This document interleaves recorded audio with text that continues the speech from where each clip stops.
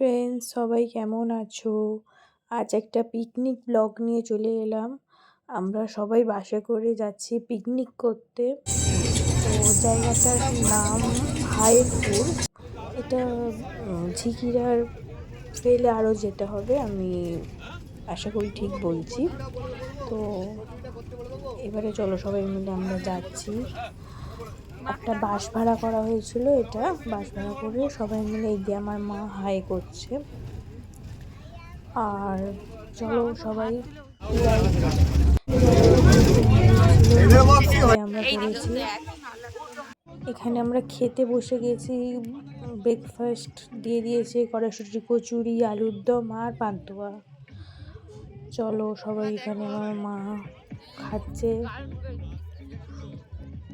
চলো এবারে আমি অল্প করে দুটো লুচি খেয়ে আমি একটু মুড়ি নিয়েছিলাম। মুড়ির সাথে আলুর দম খেতে তো খুবই ভালো লাগে। তো জায়গাটা ভালো ছিল।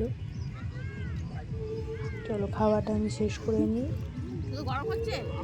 এবারে হচ্ছে আলুরদমের সাথে মুড়ি কার কার ভালো লাগে আমাকে অবশ্যই কমেন্ট করে জানাবেন। তারপরে আমি একটু কফি খেয়ে নিলাম।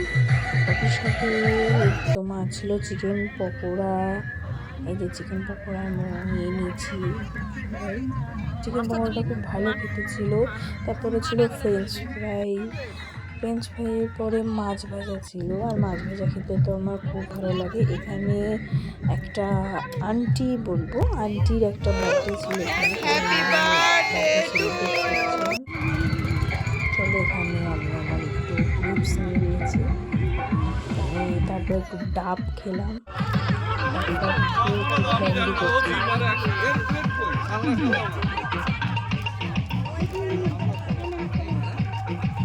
এবারে আমরা সবাই লাঞ্চে বসে গেলাম। লাঞ্চে ছিল ঝুড়ি আলু ভাজা। এই যে আমি একটু নিয়েছি, যেগুলো নিয়েছি আমি এখানে অ্যাড করে দিলাম। ঠিক আছে, এখানে ভাত খেতে আমি বসেও গেছি। ভাত, ঝুড়ি আলু ভাজা, স্যালাড ছিল, মাছের মাথা দিয়ে এটা বাঁধাকপি ছিল। হ্যাঁ, এটা বেগুনি ছিল। মাটন পড়ে গেছে পাতে।